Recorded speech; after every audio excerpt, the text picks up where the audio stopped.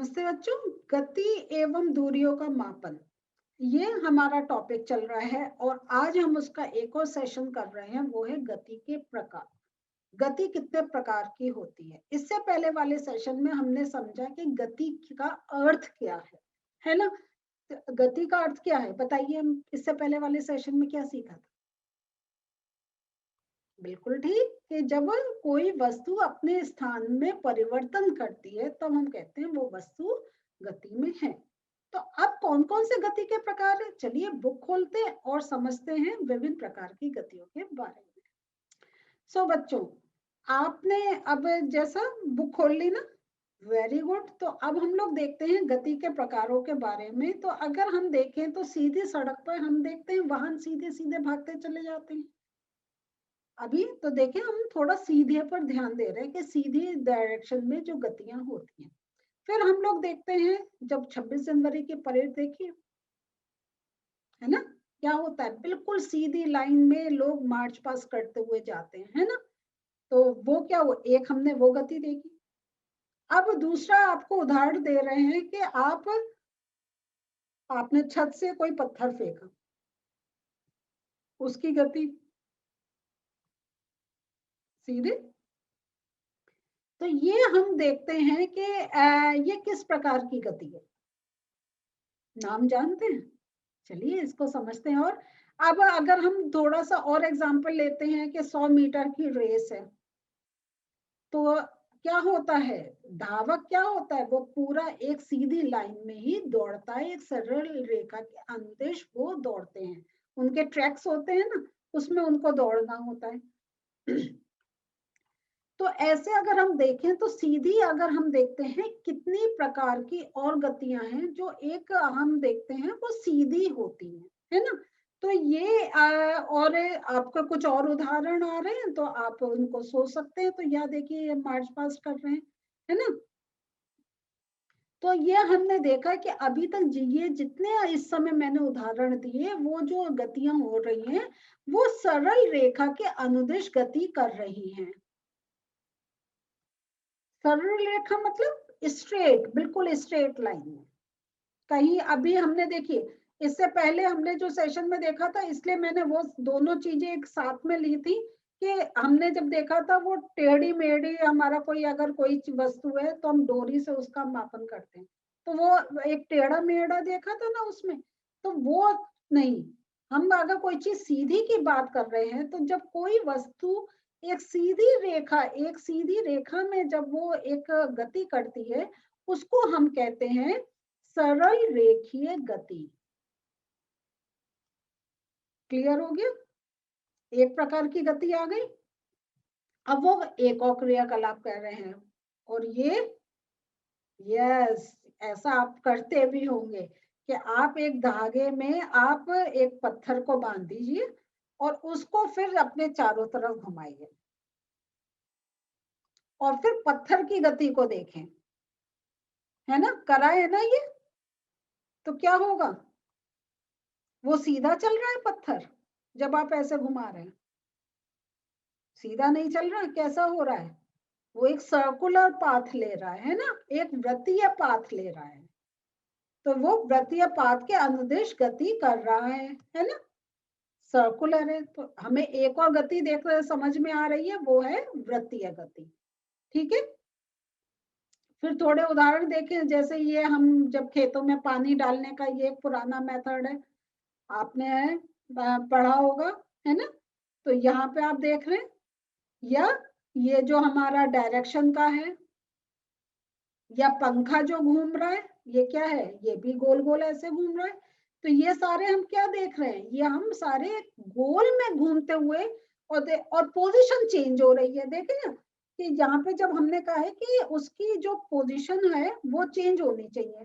तो पहले पत्थर, जैसे हम पत्थर घुमाने की बात कर रहे थे, पहले पत्थर यहाँ है फिर इधर गया फिर वो, तो डायरेक्शन चेंज हो रहा है। ऐसे ही पंखे का देख रहे हैं कि जब तक हमने इलेक्ट्रिसिटी ऑन नहीं करी तब तक तो कुछ नहीं था, लेकिन जैसे स्विच ऑन करा, जो पंखा, हमारी जो पंखुड़ियां थी वो यहाँ थी, और विद इन सेकेंड्स हम देख रहे हैं वो अपनी जगह बदल रही है। तो उनमें भी हमें एक गति देखने को मिल रही है। तो और ऐसी अगर हम देखें घड़ी में जो सेकंड की सुई है वो भी क्या है, गोल गोल गोल गोल गोल घूम रही है। तो ये हमें तो ये और आपको इसमें एग्जांपल आ रहा है, ये जो आपका बिजली का इस टाइप का पंखा है, तो इसके भी पंखुड़ियां हमें गोल गोल गोल गोल गोल देखने को घूमने को मिल दिखाई देती है। तो ये जो आपकी इतने सारे जो उदाहरण है, तो ये आपकी दूसरे प्रकार की एक गति मिल रही है, और उस गति को हम कहते हैं वृत्तीय गति, या अगर हम कहें सर्कुलर मोशन। सो बच्चों, हम क्या देखते हैं, बिजली का पंखा या घड़ी में हम ये देखते हैं वो स्वयं तो अपनी स्थिति से नहीं मूव कर रही हैं, लेकिन उनकी पंखुड़ियां घूम रही हैं या उनकी सुइयां घूम रही हैं। तो ये जो होता है ये घूर्णन करती हैं।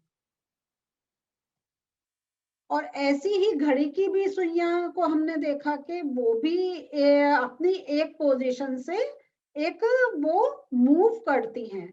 तो अब ये एक हमने देखा, ये एक प्रकार की गति देखी। अब हम दूसरा ये एक और चीज करते हैं कि यदि हम पंखे की पंखड़ी या घड़ी की सुइयों पर किसी प्रकार का, यहाँ देखिए इस बात को ध्यान दीजिए, किसी प्रकार का कोई चिन्ह अंकित कर दें, तो क्या होगा, जब वो घूर्णन गति कर रहा है उस समय भी पंखे अथवा घड़ी के केंद्र से इस चिन्ह की दूरी समान रहेगी। तो ये एक बहुत इंपॉर्टेंट पॉइंट है कि जैसे आप ये देखें, तो अगर मैं कहूं कि ये मेरा घड़ी की सुई है, ठीक है, अब ये क्या है, ये घूम रही है, तो ये घूर्णन गति कर रही है। लेकिन अब आप यहां देखें, तो आपको ये देखिए यहाँ पे एक ब्राइट पॉइंट दिखाई दे रहा होगा। तो मेरा इसका और यहाँ का जो डिस्टेंस है वो मैं इधर घुमाऊंगी तो सेम रहेगा, नीचे रहूंगी सेम रहेगा, ऐसे घुमाऊंगी सेम रहेगा, ऊपर लेके जा रही हूँ फिर अपनी पोजीशन पे सेम है। तो इसका अर्थ क्या हो रहा है कि अगर हम कोई भी यहाँ पे पॉइंट जो मार्क कर रहा है, तो जब वो घूर्णन गति कर रहा है तो उसका जो सेंटर से जो एक डिस्टेंस है वो सेम है। इसी प्रकार हम थोड़े से और उदाहरण देखते हैं कि ये जो हमारा कि एक हमें जो डिस्टेंस हमें मिल रहा है वो सेम मिल रहा है। अब कुछ प्रकरणों में क्या होता है, कोई एक और गति की अभी हम बात कर रहे हैं, उसको और समझते हैं, तब मैं आपको नोट्स में पूरा इनका बताऊंगी कि ये कौन कौन सी विभिन्न गतियां हमने पढ़ी हैं। तो एक और गति, तो एक हमने ये घूर्णन गति का देख ली और हमने ये देखा कि डिस्टेंस सेम रहता है, ऐसा गति होती है। फिर कुछ हमारे और एग्जाम्पल्स हैं जिसमें हम ये देखते हैं कि कोई वस्तु एक निश्चित समय के अंतराल के बाद वो अपनी गति को दोहराती है। जैसे अगर हम कहें कि कोई घड़ी का जो पेंडुलम है ना, तो ये क्या होता है, ये सेंटर में रहता है, एक टाइम पीरियड होता है जिसमें वो इधर जाता है, फिर सेंटर में आता है, फिर इधर जाता है, फिर सेंटर में आता है, इधर जाता है। ये नहीं है इधर गया, यहाँ पे, यहाँ से वो 5 मिनट में आ गया और यहाँ से वो 15 मिनट में आ रहा है। उसका एक अंतराल होता है जिसमें वो अपना क्या करता है, वो अपनी पोजीशन पे वापस आता है, फिर अपनी पोजीशन से अलग जाता है, फिर अपनी पोजीशन पर आता है। तो इसका एक और आप चाहें तो एक आप एक्सपेरिमेंट कर सकते हैं कि जैसे अभी हमने पत्थर बांधा था ना, उसको हमने घुमाया था। अब आप वो पत्थर को, जैसे ये डोरी है, आपने पत्थर को गड़ा और आप उसको छोड़ दीजिए और उसको ये घूमने दीजिए। तब आप देखेंगे कि वो एक पर्टिकुलर अंतराल के बाद वो घूमता रहेगा। ठीक है, तो यहाँ पे ये तो यही उन्होंने बताया है कि उस पत्थर को बांधे और दूसरे हाथ से पत्थर को एक तरफ खींचे और फिर स्वतंत्र गति से उसको मूव होने दे, तब हमें फिर एक आवर्त गति देखने को मिलती है। तो एक और गति हमें पता चल रही है, वो है आवर्त गति, जिसमें एक पर्टिकुलर अंतराल के बाद वो हमें मतलब वो मूवमेंट देखने को मिलता है। जैसे हमने पेंडुलम का देखा, आप देखें तो जो बैल है वो भी हमें ये आवर्त गति का बताती है कि वो जैसे घंटा है, हमने देखा कि घंटा वो इधर जाएगा और वापस आएगा, है ना। तो ये हमारा ये भी क्या होता है जब हम घंटा बजाते हैं, तो उसको मूव कर रहे हैं और वो एक गति कर रहा है जिसको हम आवर्त गति कह रहे हैं। तो किसी लोलक की गति, वृक्ष की शाखाओं का इधर उधर लहराना, झूला झूलते बच्चे की गति, या अगर हम कहें सितार की डोरियों की गति, तो इस टाइप से आपके बहुत उदाहरण आ रहे हैं जो है आवर्त गति के उदाहरण। और आवर्त गति में क्या होता है, वस्तुएं एक अंतराल के बाद अपनी गति को दोहराती हैं। तो ये एक हमने और गति देखी है, आवर्त गति। और हमने सरल रेखीय गतियां देखी, हमने सर्कुलर वाली देखी, है ना, हमने घूर्णन वाली देखी। तो हमने विभिन्न गतियों के बारे में समझा है। और जैसे आपने ये जो ऊपर क्रियाकलाप करा था पांचवा, के उसके भाग के रूप में आप एक चीज और देखते हैं कि हम जब एक सिलाई मशीन को देखते हैं, तो जैसा मैंने ये इससे पहले वाले सेशन में भी कहा था कि आपने ये उसमें ये देखा होगा कि जब हम उसका जो पहिया है उसको हम कौन सी देते हैं, वर्तुल गति, कि जब वो गोल गोल घूम रहा है ना। और फिर हम देखते हैं इधर पहिया तो एक गोल गोल घूम रहा है और सुई हमारी निरंतर ऊपर नीचे गति कर रही है। तो हम जो सुई की गति है उसको क्या बोल सकते हैं, बताइए। एक समय अंतराल के बाद वो ऊपर नीचे हो रही है। यस, वो भी एक आवर्त गति का उदाहरण हमारे सामने है। तो हम ये देखते हैं कुछ कुछ वस्तुओं में एक ही प्रकार की गति होती है, लेकिन कुछ कुछ वस्तुओं में क्या होता है, हमें दो प्रकार की गति देखने को मिलती है, जैसे अभी हमने सिलाई मशीन की बात करी थी। अब आप ऐसी देखें, जो अगर आपने कोई गेंद अपने फर्श पर अपने डाली है, तो क्या देखेंगे, एक गति मिलेगी, दो, बताइए। दो मिलेगी ना। हाँ, एक तो वो सरल रेखीय में जा रही है, सीधे जा रही है, अपनी पोजीशन चेंज कर रही है, ऊपर से घूम भी रही है ना। तो ये इसमें भी हमें क्या है, तो इस प्रकार हमने क्या देखा कि गेंद सरल रेखीय गति के साथ साथ घूर्णन गति भी करती है। तो जो एक गति हमें घूमने की दिखाई दे रही है ना, जो सर्कुलर मोशन में दिखाई दे रही है, उसे हम कहते हैं घूर्णन गति। तो ऐसे आप कितने उदाहरण दे सकते हैं। साइकिल, साइकिल का पहिया, साइकिल सीधे भी जा रही है और उसका पहिया घूम रहा है या नहीं है।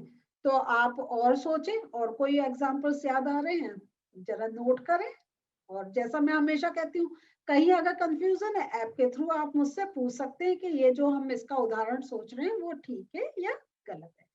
तो तो हमने इस अध्याय में जो हमारा ये चैप्टर था, इसके अंदर हमने बहुत सारे हमने मापन क्रियाकलाप के बारे में भी बात करी है, और हमने गतियों के बारे में भी देखा है कि कैसे विभिन्न प्रकार की गतियां होती हैं, और स्थिति में हुए इस परिवर्तन को हम दूरी मापन द्वारा ज्ञात कर सकते हैं।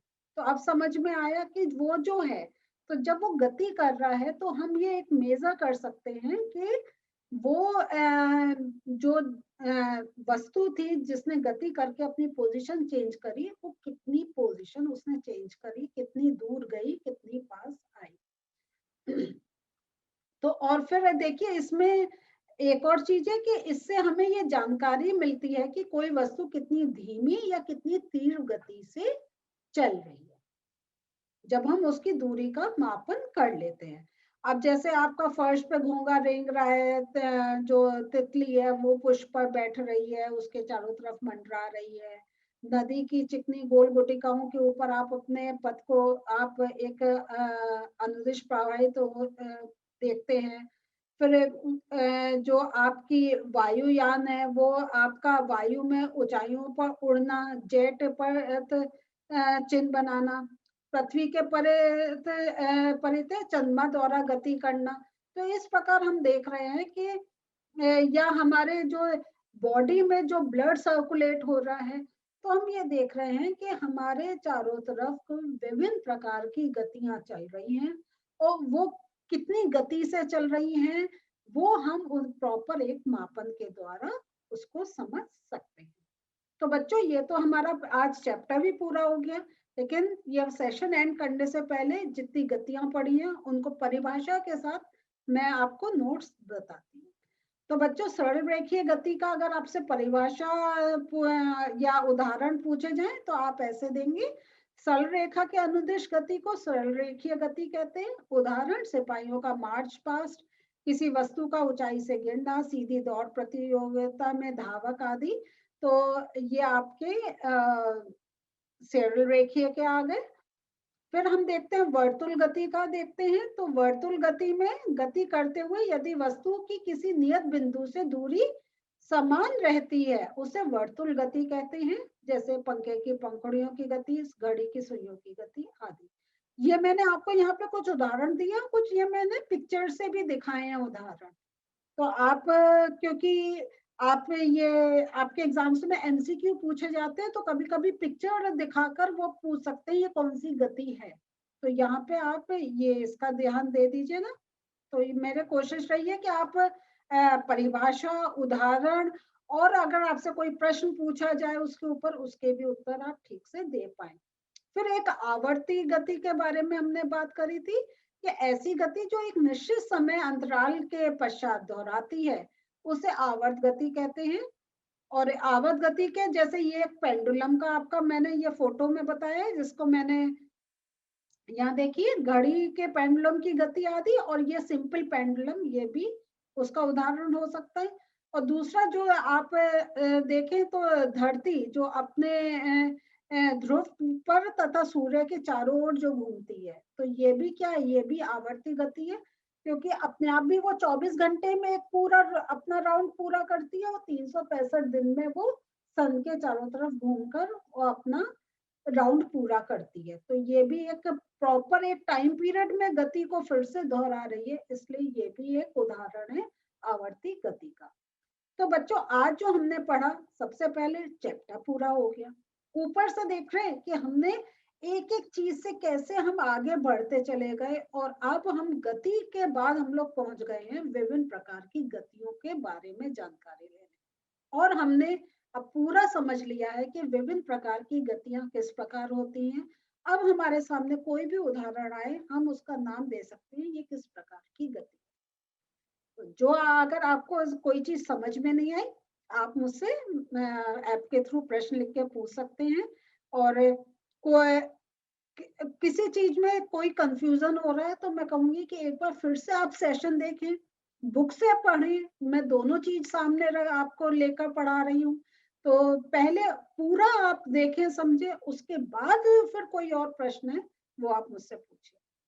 और सारे नोट्स भी हैं, पॉज कर करके आप अपनी कॉपी में नोट करें और अपना ये चैप्टर तैयार रखें। अगले सेशन में थोड़े प्रश्न और उत्तर के साथ फिर मिलते हैं। बाय।